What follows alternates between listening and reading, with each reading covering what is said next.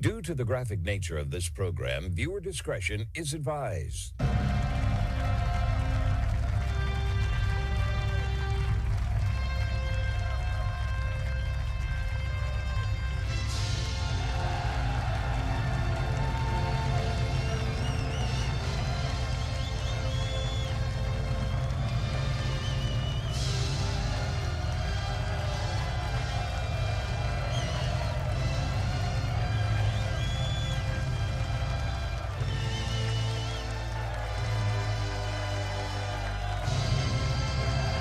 Hello, everyone. It is the Tuesday, January 20th, 2026 episode of The Marco Gere Show.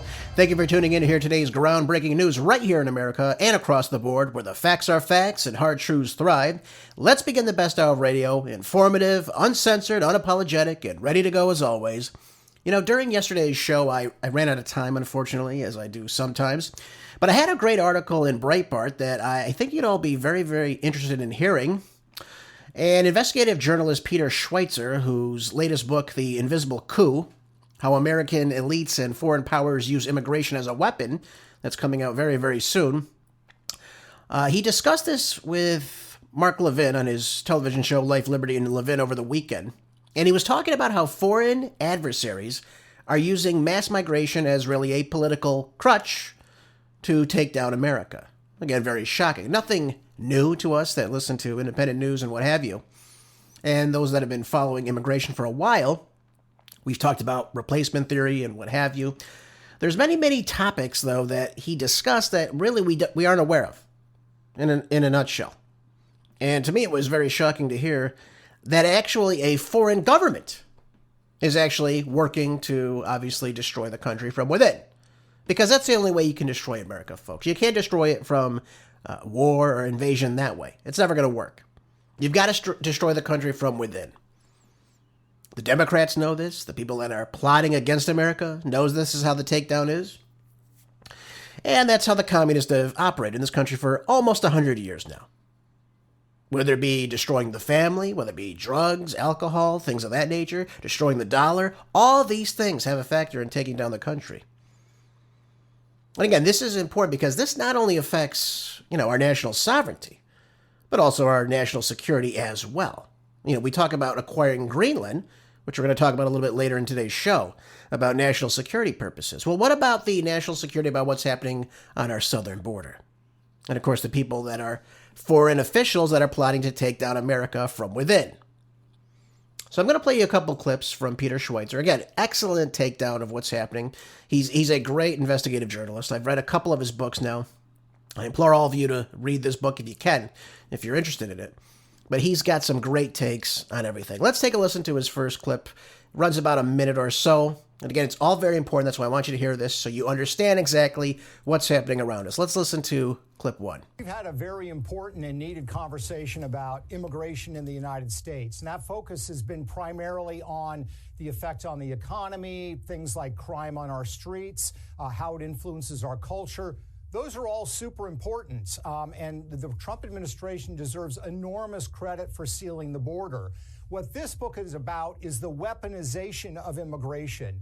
That is how foreign adversaries and neighbors like Mexico or countries like China or like the Muslim Brotherhood are using mass migration as a political weapon against us. So when somebody comes from Somalia or somebody comes from Mexico or somebody comes from China, they are bringing with them not only themselves, their family, and their culture, they're also bringing with them political networks. And these political networks are hostile to the United States. I quote extensively in the book from people from all three of those areas how they view mass migration as a way of fundamentally transforming America. So we have sealed the border, which is vitally important, but these networks and these radicals continue to operate inside the United States. And as I document in the book, government officials from Mexico, individuals from China, from the Muslim Brotherhood, they are responsible for a lot of the chaos in our streets, the violent anti-ICE protests, the other protests that we've seen taking place.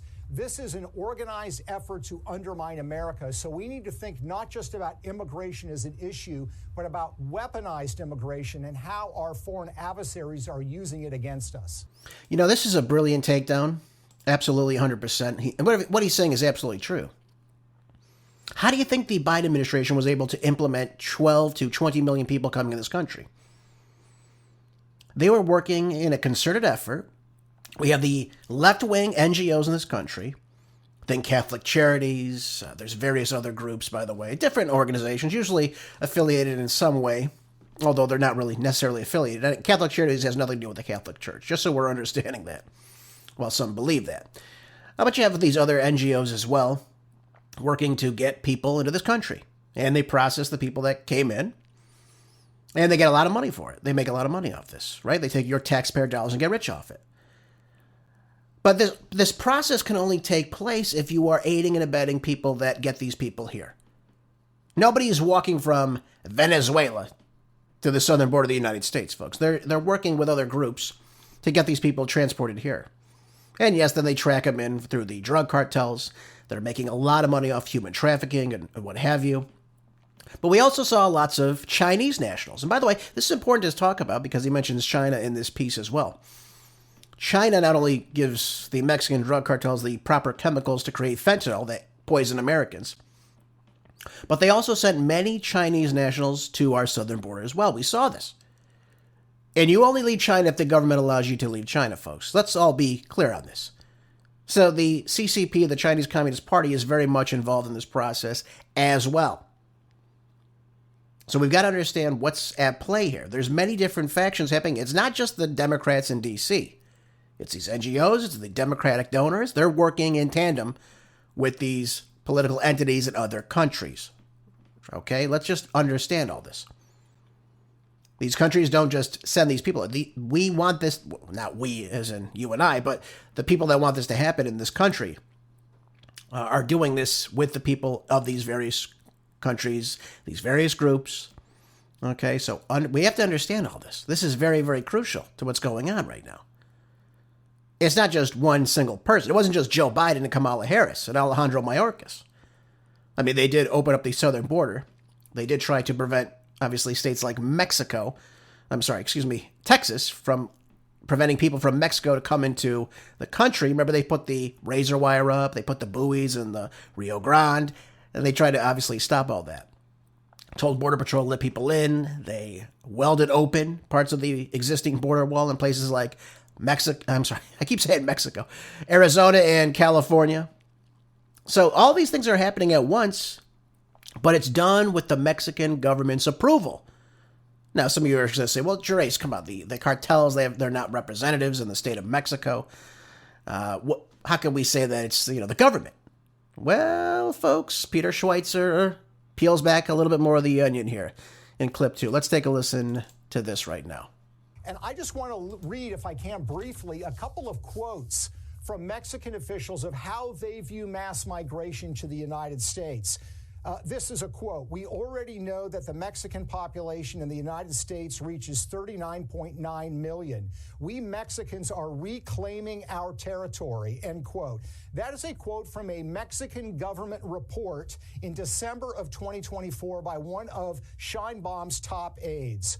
Or a powerful Mexican senator who sits on the National Defense Committee, also of the ruling Morena Party. "Mexicans are in our territories. California, Nevada, Texas, Utah, New Mexico, Arizona, Kansas, Oklahoma, Colorado, and Wyoming. We are going to take back the territory that was stolen from us."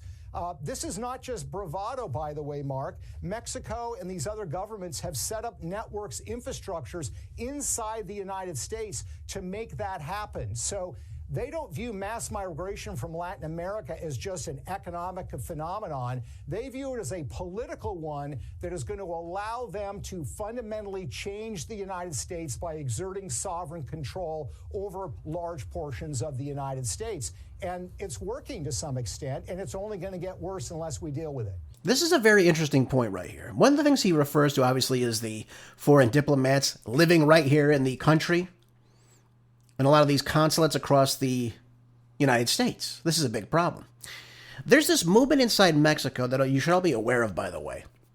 It's called La Reconquista. And it's this idea, of course, that the U.S. Southwest, think about the territories that Peter Schweizer just mentioned, Texas, Arizona, New Mexico, California, Nevada, Oklahoma, Kansas, Colorado, parts of Wyoming. All these areas they believe are part of the United States. And that this land territory that was lost in the Mexican-American War should then be returned to Mexico. So this isn't just some fringe little, rhetoric that's being spoken by a government official. This is a plot from several different people that work for President Sheinbaum, Claudia Sheinbaum, the current president of Mexico right now. She also aids and abets the drug cartels, just so we're all clear on this. That send poison after poison in the United States. They send every single kind of drug in the United States. They run the drugs on the streets of America, by the way, and there are various organizations. They work in a choir capacity with these people. Oftentimes, they're illegal aliens that go to these cities and then they sell drugs for the drug cartels. Right. Wonderful, right? So, again, if President Trump wants to tackle drugs in America, well, there's your number one target. It's the Mexican drug cartels. It's not Venezuela by any stretch of the imagination. They funnel everything. They control that southern border. They control who comes in, who comes out, who lives, who dies, what drugs come in, what weapons cross, what comes back into the state of Mexico, all these things. But in this particular movement, this political goal of theirs, they want to acquire back the land that they believe is theirs. Now, it's important to understand that obviously the Mexican-American War was lost by Mexico. And yes, we did take roughly 55% of Mexico in that acquirement. But we also did pay them $15 million. And of course, there was the Treaty of Guadalupe Hidalgo that said this is our land. One other thing that's really important to understand, though, and again, this is the BS that's continued to push out that everyone seems to think that, this area was greatly populated by Mexican nationals, right, who acquired their freedom from Spain. I think it was 1821, 1822. And this land territory was theirs. We stole it from them, and they want it back. These people that were living in these territories, they want the land back. Now, I'm going to shock you for just a moment. I'm going to tell you the truth, of course, because, again, I do my research. In that whole span of territory, in the southwestern portion of the United States that we call today as the American Southwest, only about 100,000 people were living in it in 1848 when this treaty was signed. So, by the way, most of them were native Indian, indigenous tribes. They weren't Mexicans, as we consider them today. So this idea that, again, this was just a populated area, like as if Mexico was, greatly populated in these areas. They were not. They were not, folks.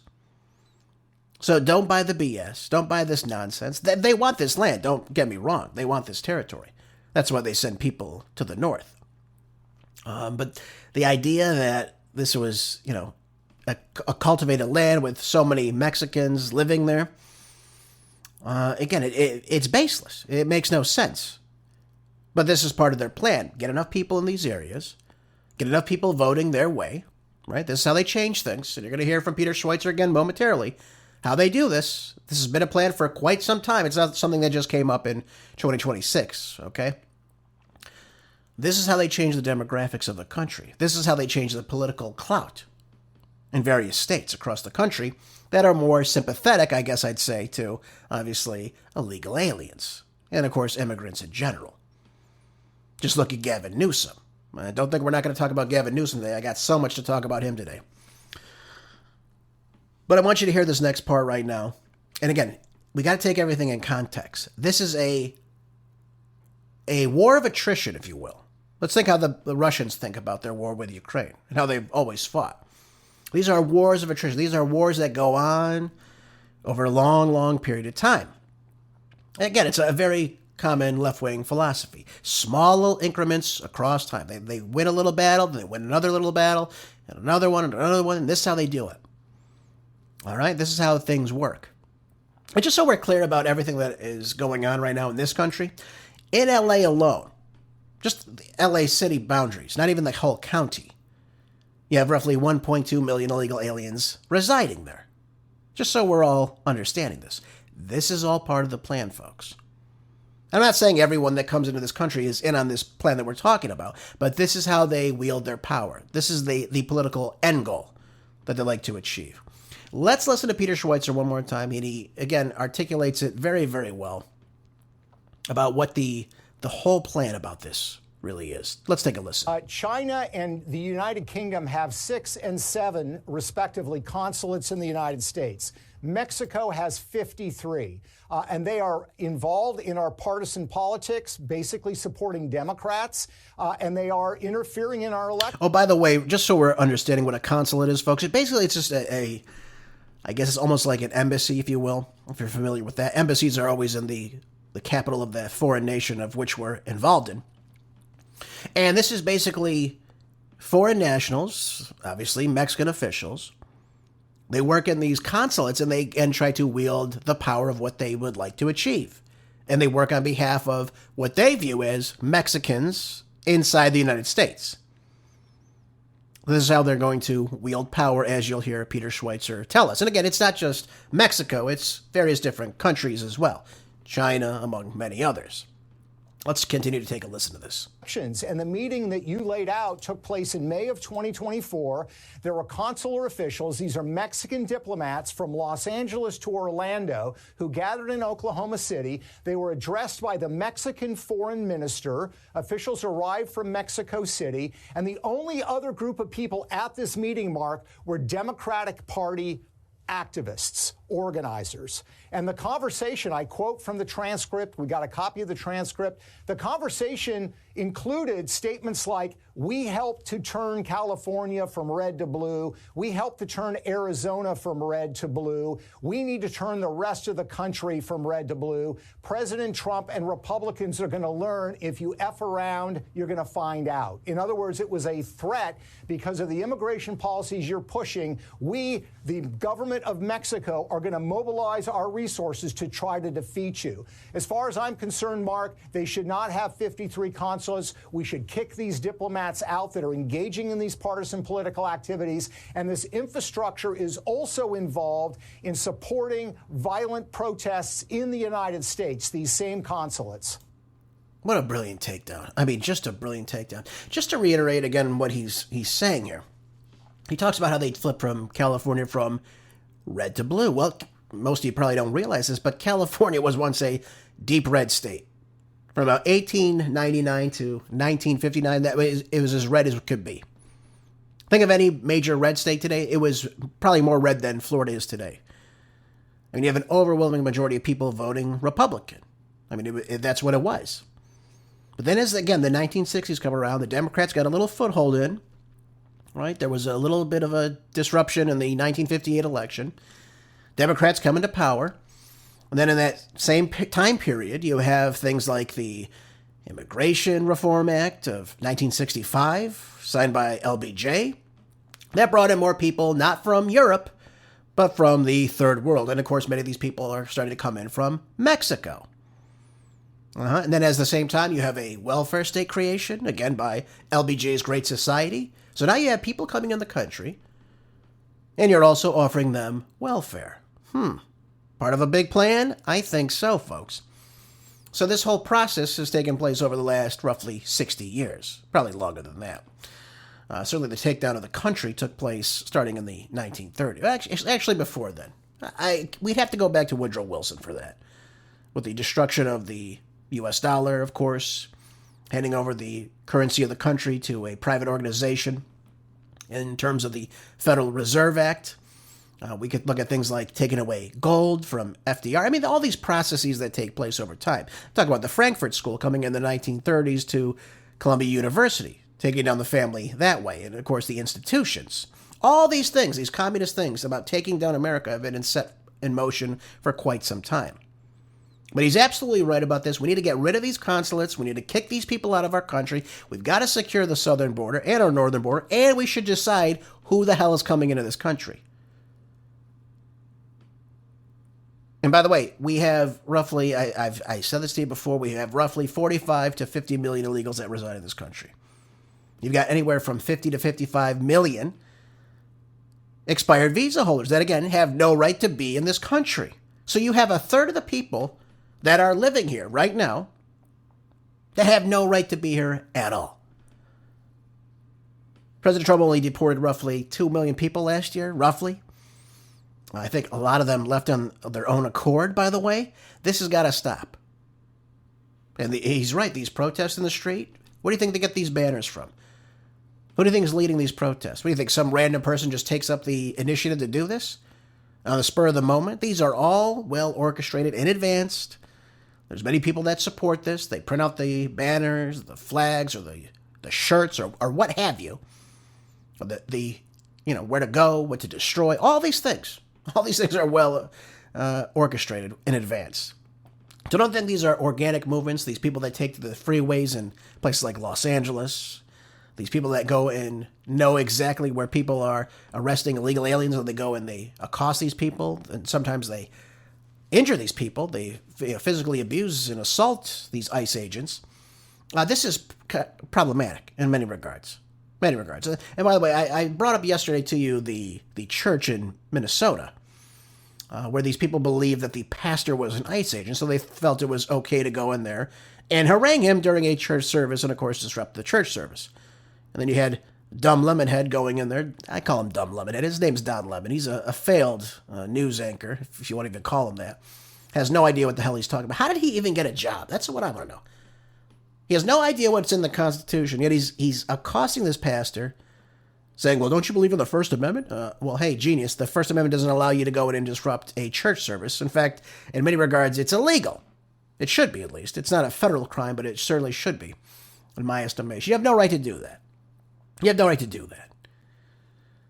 But this is what we're seeing right now. And again, it's all well orchestrated. And this has got to stop very, very soon, folks. And if we don't get a grip on immigration in this country, we don't have a grip on who's coming into this country, there should be a moratorium on immigration into this country right now. We don't need new immigrants coming in when we have an unemployment number. When we can't take of our own people that have been here for generations.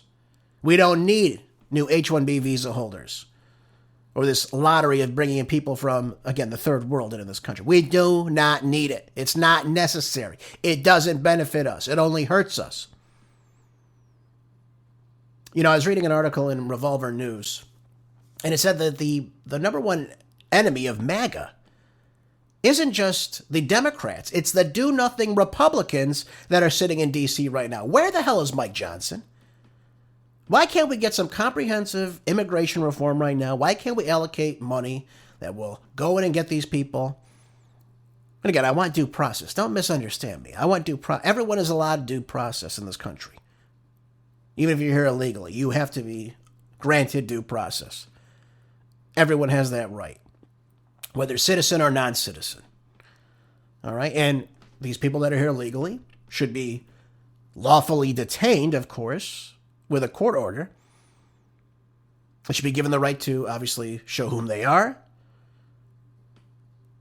Should be investigated. Obviously, if they've committed crimes, they should be held accountable for that as well. But we can't continue on the same path, folks. It's killing our nation when you have, again, a third of the people that have no right to be here whatsoever. You don't think that's having an effect on supply and demand? You don't think that's having an effect on inflation or the housing market or health care? Again, it's disgusting to see this. And by the way, I saw another article yesterday in Breitbart, yesterday evening, and this says, again, it's a retort of what Peter Schweitzer said. It says here that more than 1 million Chinese with U.S. citizenship who grew up in communist China will soon start voting in American elections. There you go. Again, he brings this up in his book as well. It's amazing to me. It's amazing to me. And again, it goes back to obviously the issue of birthright citizenship and how these policies, again, are being neglected. And it's gaining citizenship to people that have no right to even gain it in the first place. And he goes on to talk about birth tourism, which again, we'd call them anchor babies, I believe. But he goes on to say one of the birth tourism's biggest appeal is chain migration that it triggers. When such children turn 21, they can also apply for resident status for both of their parents to come over here. And again, to demonstrate the extent of the practice, they use, obviously, U.S. territories in areas like the Pacific, for example. More than 70% of the newborns in certain areas, they use these birth tourists, and of course these parents who utilize these territories for certain number of visas, and then, of course, they can migrate into the United States. We've got to protect our territories, folks. We've got to protect our mainland. And we've got to keep people out that hate us. Trading with a country is fine. I could care less about that. Having diplomacy with a country is fine. But you cannot work with a country that wants to actively destroy you from within. And they do so without even firing a shot. This has got to stop. And again, it's very, very damning to hear all of this. But it's something we certainly need to hear, obviously, right now. Birth tourism needs to end. Obviously, Trump should, again, he needs to take to SCOTUS the issue of birthright citizenship, which should be heard very, very soon, because we have people that are claiming to be citizens who have absolutely no claim to even be a citizen. If two illegal aliens come into this country and have a child, that is not a U.S. citizen. That is a child born to parents of, obviously, a foreign jurisdiction. So we have people in this country who are claiming to be citizens who actually are not citizens at all. So we've got a big problem on our hands. This should have been solved decades ago, but of course it was not. And of course the buck is passed on to us, of course. Don't you see? So we've got to get a handle on this very, very soon. Otherwise, this will be the downfall of the nation. And you can look no further than the Roman Empire if you'd like to see how that turned out. Anyways, let's talk more about, well, how illegals affect the economy. Fox News had an article out the other day saying that Texas hospitals accumulated more than $1 billion in healthcare costs for, you guessed it, illegal aliens during the fiscal year of 2025. Now, the Texas Health and Human Services Commission, obtained by Governor Greg Abbott, who looked at this information, they looked from September 1st, 2024 to August 31st, 2025. And the hospital reported data costs averaging about anywhere from about $105 million per month. A ridiculous sum of money, meaning that the true annual total probably is much more significantly higher than this. Obviously, Texas, a border state, we saw under the Biden siege, they were letting everybody come in through Texas, right? They were trying to do everything they could to stop Texas from securing their southern border, which was, again, a border crisis. Of course, we were always told by Mayorkas or Harris or Biden or any other dunce on the mainstream media that we had operational control of the southern border. We did not. And they were using Texas as one of these places because they want to flip Texas from red to blue, right? That's what they see it as. They know if they take down Texas, from an electoral point of view, they are never going to lose another election. And then it's over. You don't think we're going to have a Looney Tunes Democrat in the near future that would say, you know what? We stole the American Southwest from Mexico. We're going to give this territory back. You don't think that could happen? It could happen.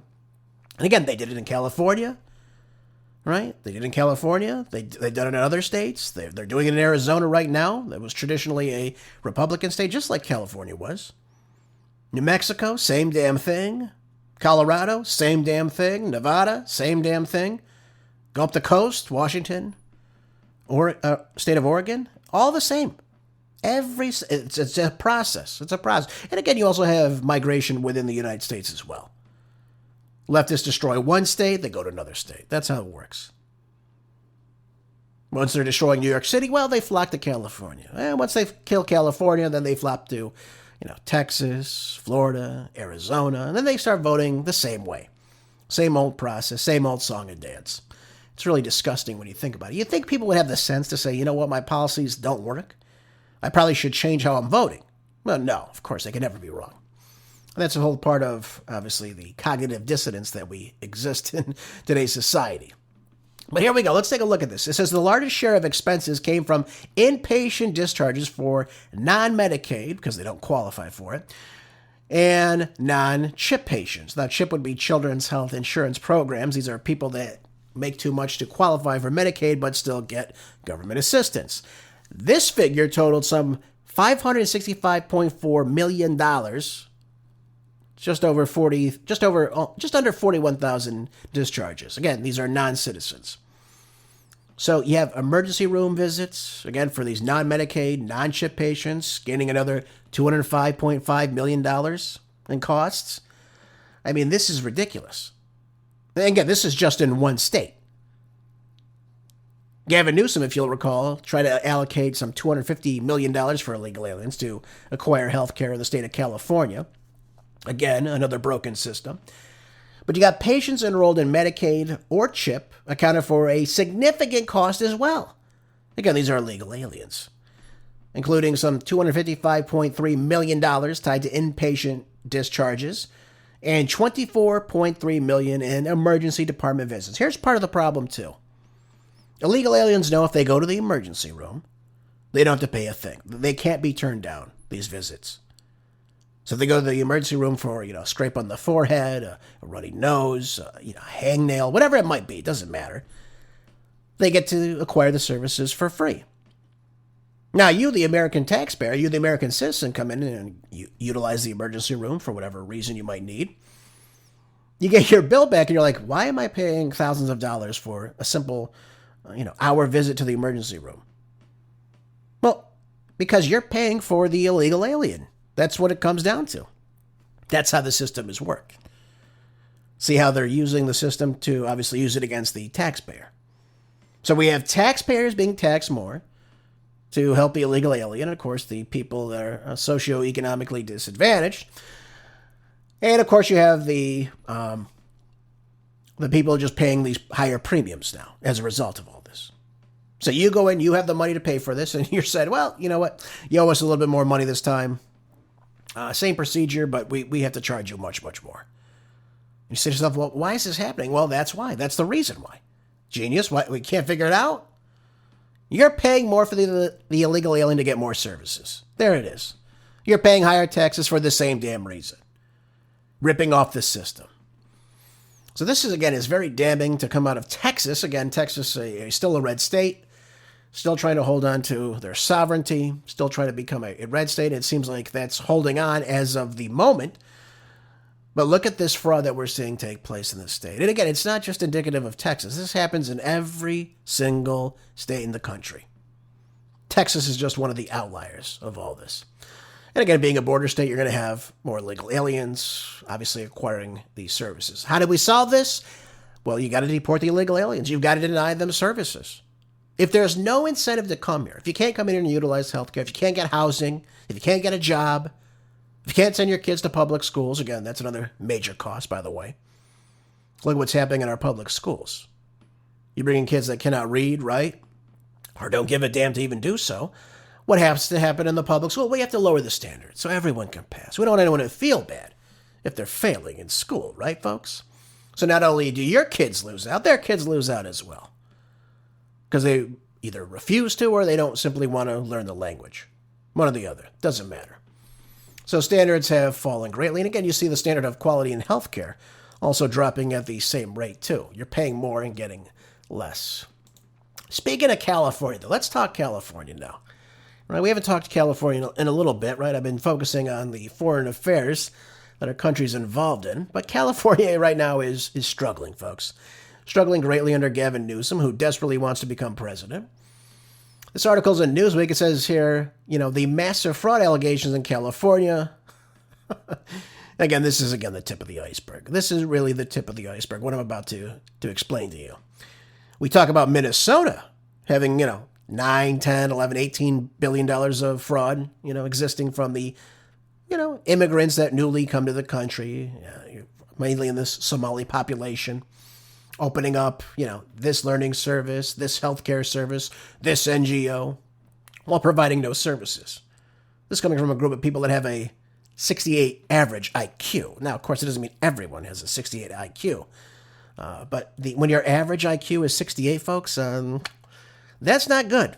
Just thought I'd share that with you. But below 70 is, just so we're understanding this, you're mentally disabled. I'll just put it to you that way, okay? All right, that means you can't function in a society. This is why I'm telling you, we need a moratorium on immigration in this country till we can figure things out. And until we get those people out of the country, I say we close those damn borders, we close all of our ports of entry to anyone coming in, and we figure this out. Some of you are saying, well, that sounds really harsh, Trace. Well, it doesn't matter. We either save the country or the country goes away. We lose our sovereignty. Which one sounds better to you? So we have waste, fraud, and abuse of taxpayer funds in the state of California, likely exceeding $250 billion, folks. And it's a state that's going to be in about $72 billion of debt after Gavin Newsom leaves his reign of terror on California. And by the way, he destroyed the state, folks. Absolutely 100%. He single-handedly helped destroy the state of California. It's a beautiful state. It's a wonderful state. There's so many great people there and so many great things to do. And he simply destroyed this state. How do you destroy California? You know, you would think as governor of a state that can really run itself, you would just sit back and go, let the state work, folks. Let it work itself out. Not Gavin Newsom. Not Gavin Newsom. And by the way, he flatly dismissed the report, obviously. Now, Steve Hilton, who's vying to replace Gavin Newsom in November, said that the preliminary review of the massive purported fraud across California's government programs follows hundreds of tips submitted by CaliFraud. There's actually a group called CaliFraud.com, if you can imagine that. And again, this is a website that it was launched over a month ago, and they're basically just surveying all this fraud in the state. And it's rampant. $250 billion worth? God only knows what's happening inside New York and Illinois. Oh, my Lord. Washington, Oregon, these other deep blue states. Massachusetts. Yep. There we go. So they dubbed the term Califraudia, which is not too bad of a term, I don't think, uncovered reoccurring allegations of fraud, waste, and abuse across several areas of the state government based on evidence from whistleblowers, contractors, and service providers. And it's only been a month. That's the problem. This has only been a month, and they found $250 billion worth of fraud. Can you believe this nonsense? Of course, Gavin Newsom's like a babe in the woods. He has no idea, right? He's doing podcasts with Ben Shapiro now, of all things. It's unbelievable. He should be fixing the state. Instead, he's doing podcasts, going on the news media, making the rounds on the circuits there. It's ridiculousness. This guy doesn't give a damn about California. The only thing he gives a damn about is himself, his own ego. That's it. So this is going to get more and more out of control as we figure out more information on this, of course. But Steve Hilton alleges widespread abuse in California's public pension and retirement systems, absolutely, claiming practices like double dipping and spiking allow some government workers to unlawfully just destroy our state coffers. It's so ridiculous. And by the way, you can look at things like, again, the homelessness funds, which they allocated, I think they've lost about $24 billion worth. We look at the PPP money allocated for people in need during COVID when Gavin Newsom shut the state down for roughly 2 years. The massive fraud that took place during that. Lots of money, folks. Lots and lots of money. And again, we see these government contract programs. Look at the bullet train to nowhere. There's not even a line of rail that's been put down. Nothing's been built, yet they want billions. They allocated now, it's supposed to be about $4 billion when they started the project. Now it's somewhere between, I think, 110. And luckily, Donald Trump shut that down right away. But look at all the money that was allocated for that. Where did the money go? Supposed to go from San Francisco all the way down to Anaheim, right? You can go to Disneyland for the day, get down there quickly. Then it was, maybe we'll go from San Francisco to L.A. Then that changed. Now they want to go from Bakersfield to, I think, Madera. Who the hell would even want to take a bullet train for that? You can just take the 99 freeway. You don't need anything else for that. It's ridiculous. It's absolute ridiculousness in and of itself. Anyways, look at this. The review also found allegations of pay abuse within the state's K-12 educational system, including instances of unneeded job reclassifications for higher salaries. All told, the government malfeasance among the state programs is expected now to exceed $250 billion with a B, folks. So not looking good for California. I don't know how he would explain this in a debate, but this guy is so easy pickings. So easy pickings. I mean, look at this. It says here the California's unemployment insurance losses total more than $55 billion. Let me look at the COVID pandemic. Oh, my God. I mean, we pale. We absolutely pale Minnesota. And by the way, Trump's DOJ, they're going to do anything. And God knows what they're going to do. They need to look at New York, Minnesota, Illinois, California, especially California, and obviously Oregon, Washington, among other states.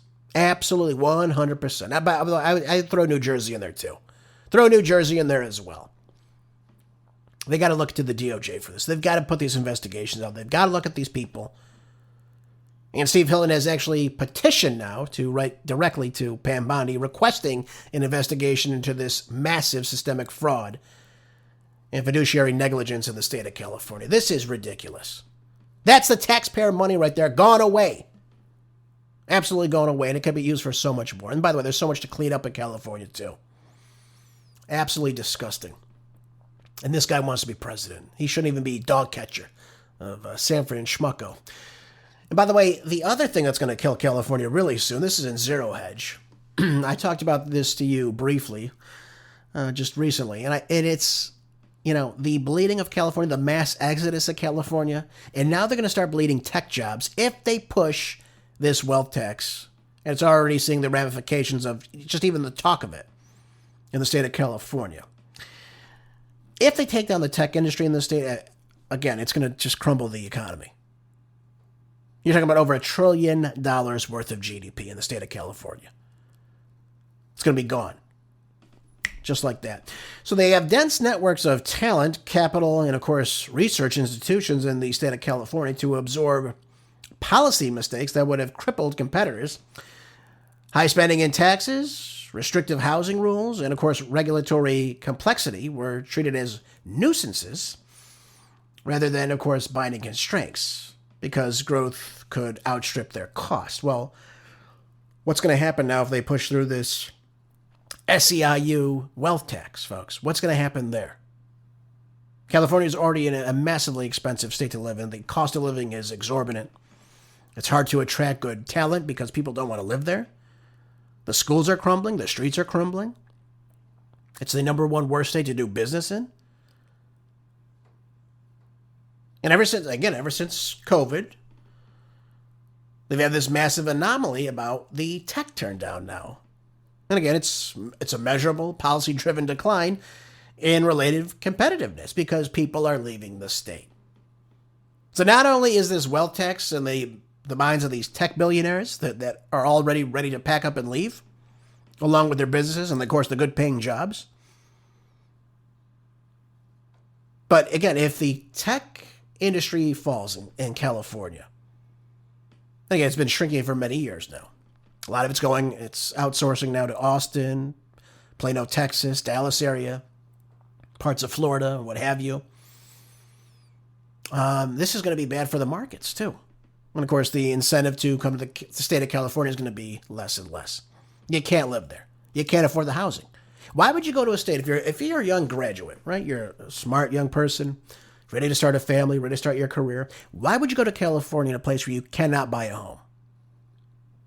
Even if you're making, let's say you're making $150,000 a year in LA.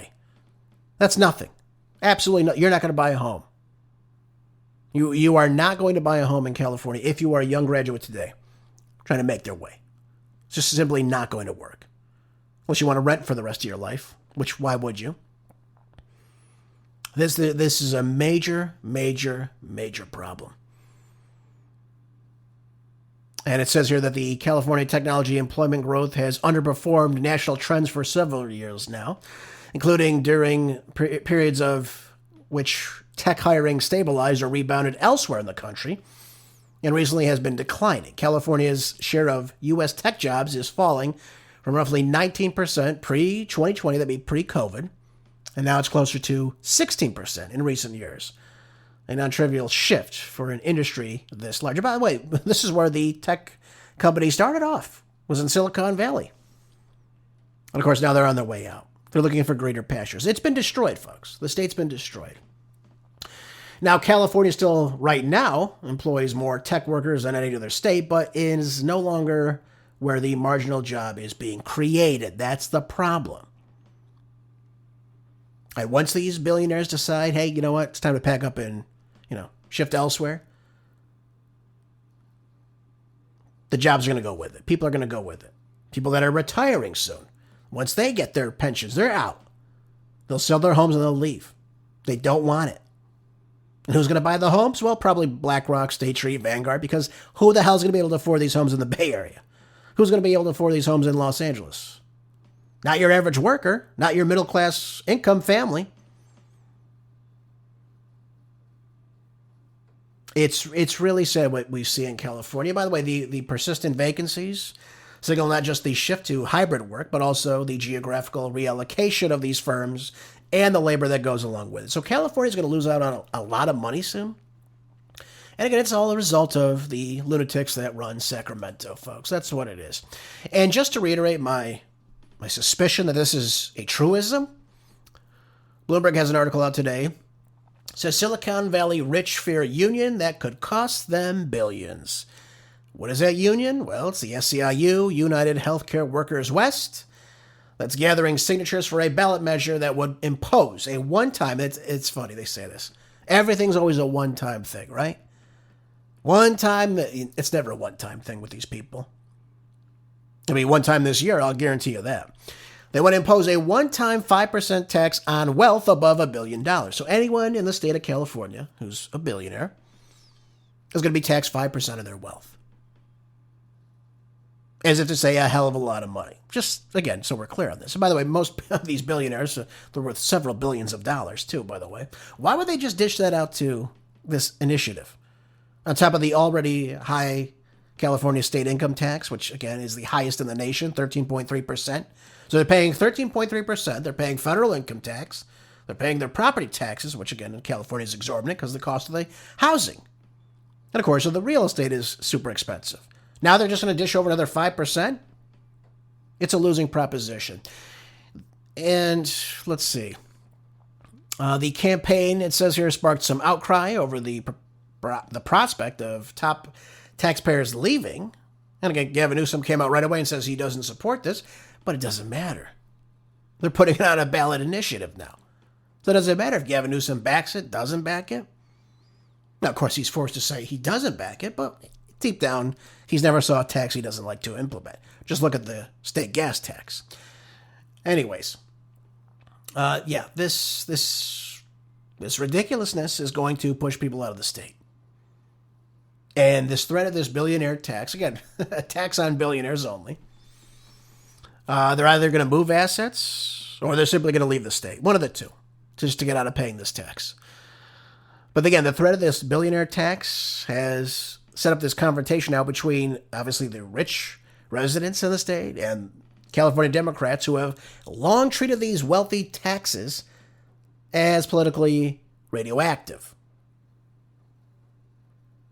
Now, Newsom, of course, has come out and since warned about this proposal would accelerate the exodus in the state of California, while, of course, the progressive allies, think of the Bernie Sanders, think of the Ro Khannas, think of the Nancy Pelosi's, that type, they're all backing this. Of course, Bernie Sanders isn't going to get a tax. He's only a millionaire. He's only a millionaire, but tax the billionaires. If you tax the billionaires enough, we'll have so much more money, and everything will be fantastic. It'll only be one time until we tax you again next year and the year after that, until you're dead, and we'll take all your money. This is what these people want, folks. It's just taxation. They cannot produce anything. They cannot produce incentives to make business more lucrative. Wouldn't it be great if Gavin Newsom was able to expand the business class? Expand what they can do in the state of California? Bring back this manufacturing of a lot of these tech products and AI into the state of California?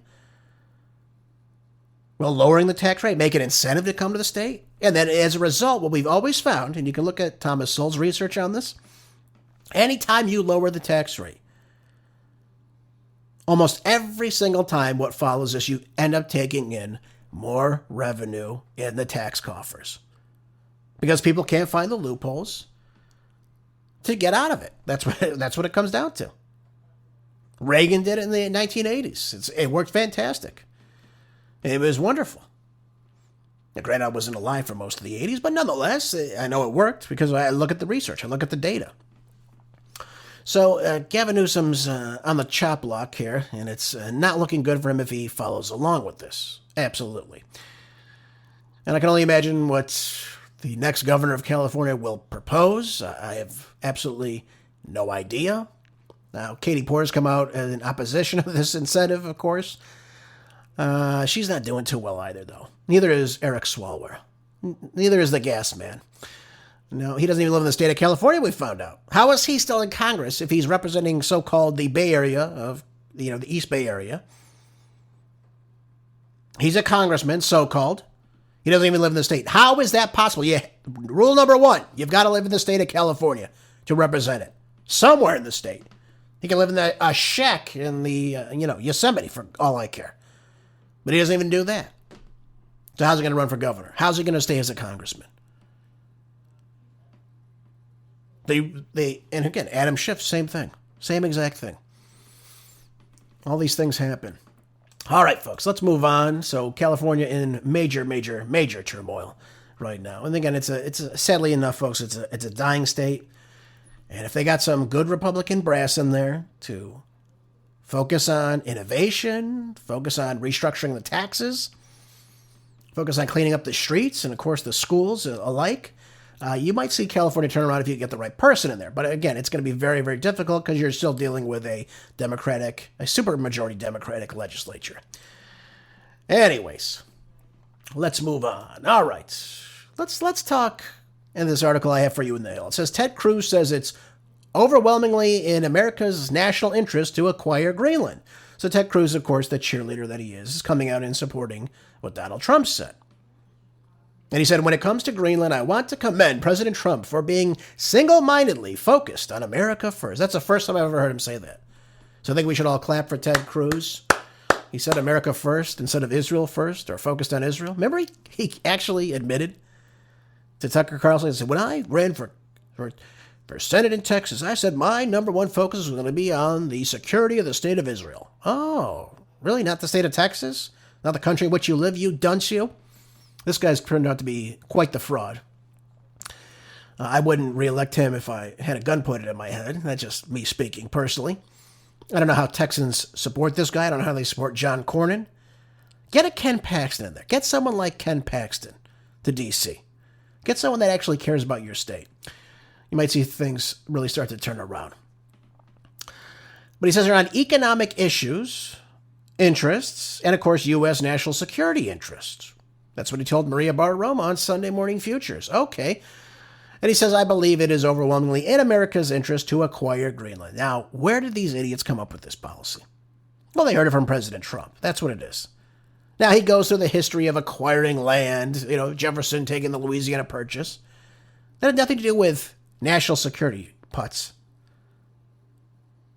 Acquiring Alaska, again, has nothing to do with national security. They wanted more land, and they bought it. Russia gave it to us. Nobody went to war over it. Greenland does not want to sell us Greenland. They want it. They want their own sovereignty. Their prime minister has said the same thing. People in Greenland do not want this. What would you call them? Greenlanders? I think so. So these Greenlanders don't want to sell. And by the way, the purchase is $700 billion, folks. Do we have $700 billion lying around? No. We're $38.4 trillion in debt, and that's growing day by day. Yet we're going to acquire Greenland? Put up more bases in Greenland? How much is that going to cost? So not only do you have to buy the land, but now you've got to go and start to invest in the infrastructure in the state. It's not a state, but I guess it would be if we took it over. But you got to invest in military bases, personnel. You've got to invest in, of course, the infrastructure to build these so-called.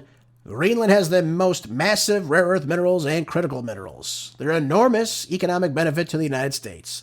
But like Alaska, it is located in the Arctic, which is a major theater for military conflict with either Russia or China. Now, where did Ted Cruz get this idea? Did China or Russia make any claim that they're going to take Greenland? A NATO country, by the way? And by the way, if that were to happen, we'd invoke the NATO Charter, Article 5.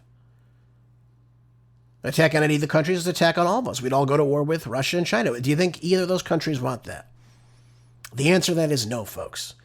So where is this mystical threat coming from Russia and China right now? I don't understand this. Can anyone point to anything any of their politicians have said about Greenland? Have they talked about taking Greenland? Are they creating a naval blockade around Greenland? No, that's what we did to Venezuela, by the way. None of this holds up. None of this passes the smell test. It doesn't make any sense. But when you see crews, first and foremost, say Greenland has massive rare earth minerals and critical minerals, that's what it's all about. We want the resources, just like we want the resources in Venezuela. That's what it comes down to. Now, one sensible Republican, Michael McCall of Texas, said taking over Greenland would pose no additional benefit to the U.S. If we were to put a military base there, we can. We don't have to invade it. He said if he wants to buy it, that's fine, but I don't see a willing seller right now. Well, no kidding. They want their sovereignty.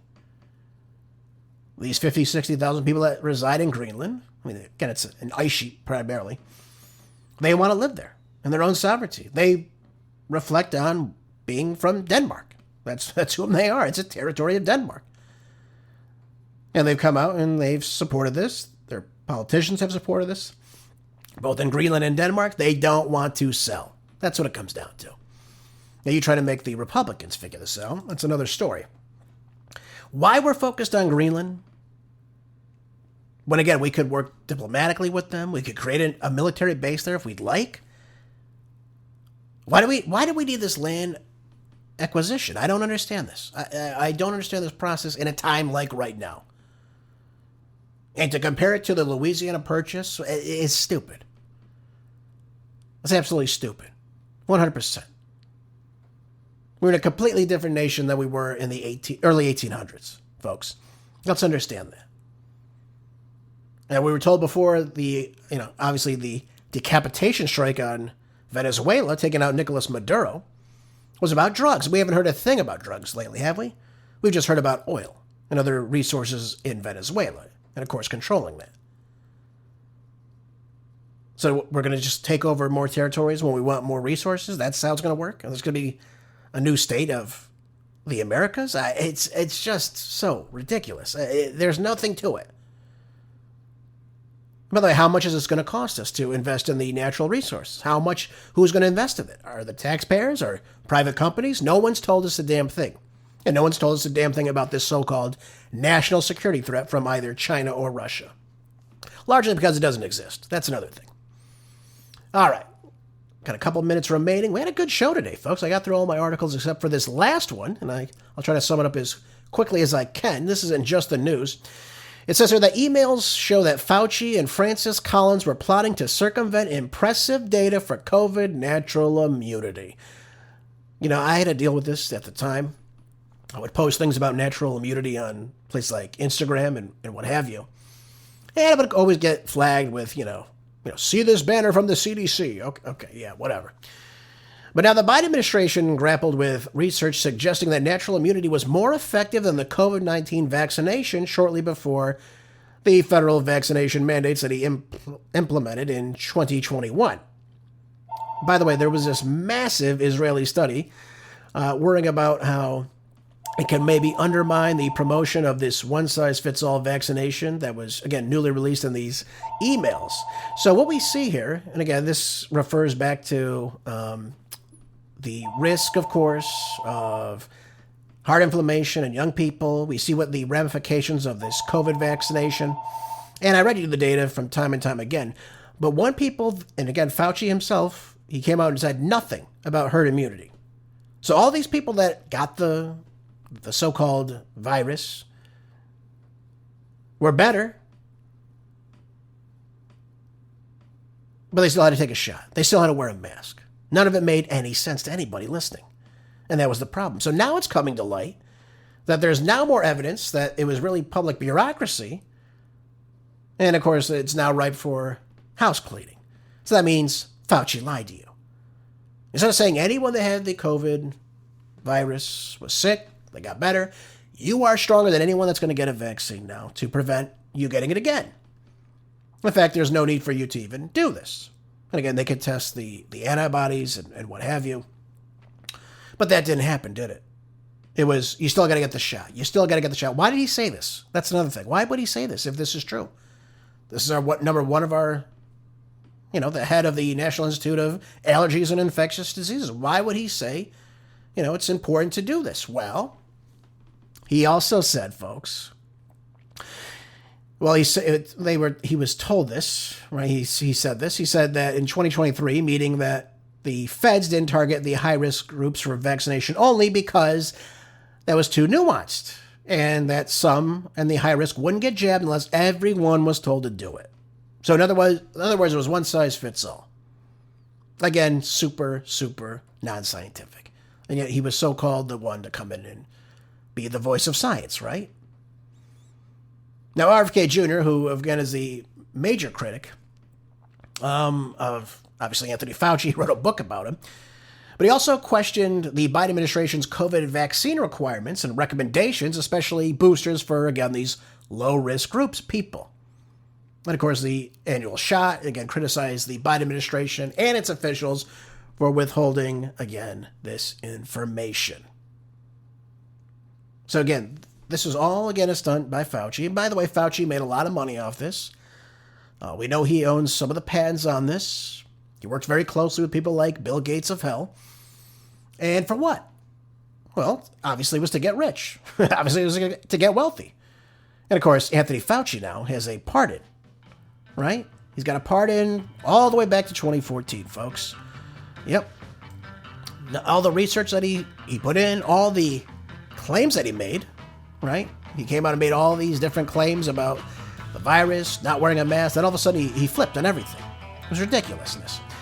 Now, will he get held accountable? I have no idea, folks, but he should be. Folks, thanks again for being here today. I appreciate you so much. Hope you learned something from the show. Hope you'll share with others. Make sure you're keeping your mind sharp, your body strong, staying prepped with food, anything you need. Have a great rest of your day. I'll see you back here tomorrow for more groundbreaking news on the next Marco Geraci Show. Until then, be good, stay busy, and God bless.